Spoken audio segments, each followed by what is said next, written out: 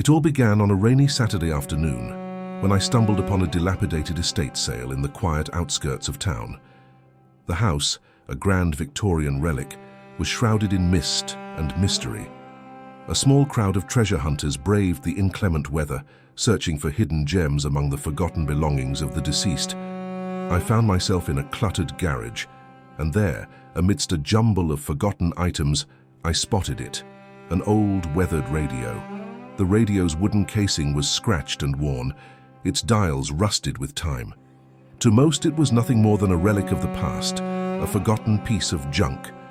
But as I approached it, something about the radio tugged at me, beckoning me closer. As I examined the radio more closely, I noticed an unusual feature. Unlike other radios I had encountered, this one had an additional dial, unmarked and mysterious. It was as if the radio held secrets that were waiting to be unlocked. Ignoring the skeptical glances of fellow estate sale attendees, I decided to purchase the radio. It was a small price to pay for a piece of history, and I couldn't wait to see if it still worked. Back home, I placed the old radio on a cluttered table in my living room. It looked out of place among the modern electronics, but it held a certain charm that intrigued me. I adjusted the frequency, searching for a clear station, but the static persisted. Frustration welled up within me. I was about to switch off the radio when, at the stroke of midnight, something inexplicable occurred. A voice, distorted and faint, cut through the static. My eyes widened in disbelief as I strained to make out the words. It was unlike any radio station I had ever heard, and the voice seemed to speak directly into my mind, as if it was inside my head. "Come to the edge of the forest at midnight," the voice murmured, its cadence slow and haunting. A shiver coursed through my spine as I listened. The voice spoke of secrets hidden in the night, of truths waiting to be discovered. It was as if the radio had become a conduit to a realm of mystery and intrigue. The voice continued, "Seek the hidden truth that lies within the heart of the night." My heart raced as I realized the significance of this encounter. The radio had led me to something beyond explanation, something that tugged at the very essence of my curiosity. Determined to unravel the mystery, I grabbed a notepad and began to transcribe the words spoken by the enigmatic voice. Each night at midnight, the voice returned, its message growing clearer and more compelling. It spoke of ancient civilizations, forgotten knowledge, and the power that resided in the night. My obsession with the voice grew, and I spent countless hours listening to its cryptic messages. It was as though I had become a part of a clandestine conversation. As the nights passed, the voice's instructions became increasingly specific. It urged me to follow its guidance, to venture into the unknown and seek the hidden truths of the night. And so, driven by a potent mix of curiosity, I resolved to follow its call. The night of reckoning arrived, and as the clock struck midnight, I found myself at the edge of a dense forest that bordered the outskirts of town. The moon hung low in the sky, casting an eerie glow upon the gnarled trees and tangled underbrush. With the old radio clutched tightly in my hand, I ventured into the foreboding darkness. The forest seemed to close in around me, its inky depths shrouding me in an unsettling silence. The flashlight I carried illuminated gnarled roots and twisted branches, but beyond its feeble glow, an impenetrable blackness loomed. The voice guided me deeper into the forest, its words a surreal accompaniment to my journey. "The forest holds its secrets.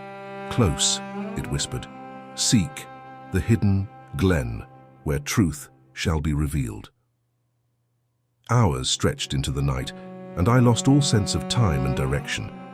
I was a solitary figure in an ancient wilderness, guided solely by the ethereal voice that echoed through the trees.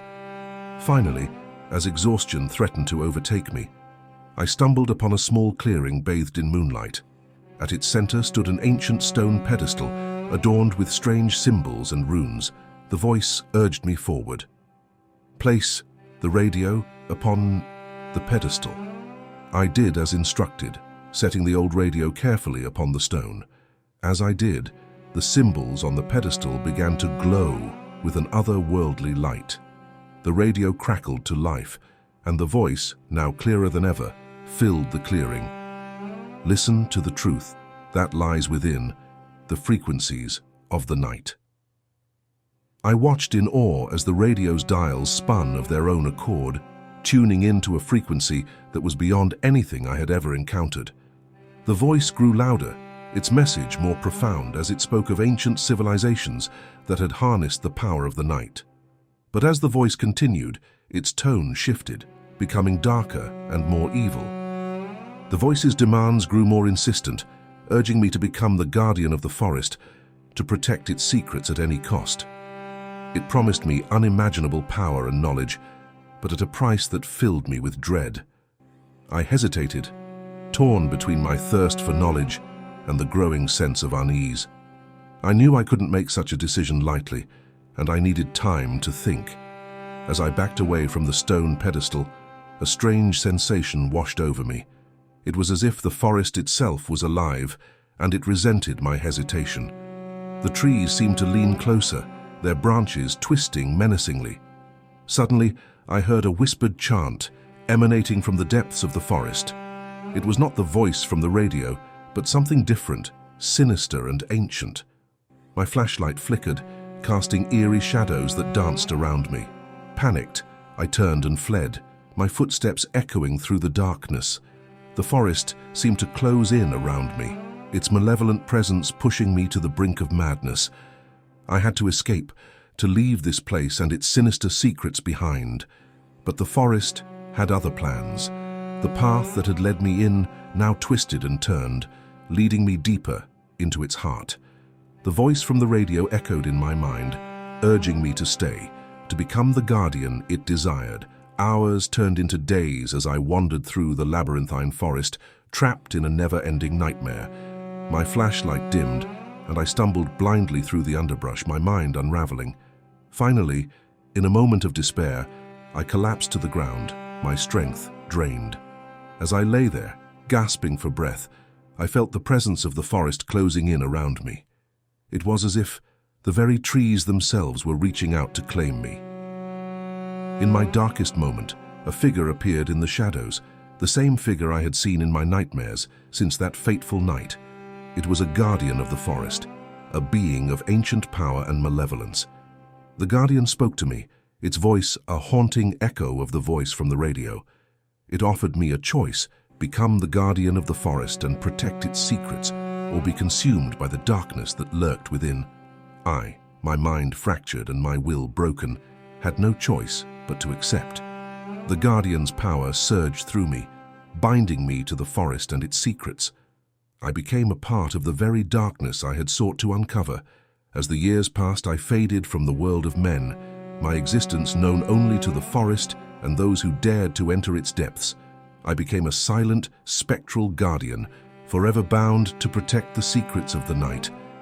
And on midnight radio broadcasts, my voice would join the chorus, luring new seekers into the darkness, where they too would become a part of the ever-growing tapestry of the forest's mysteries.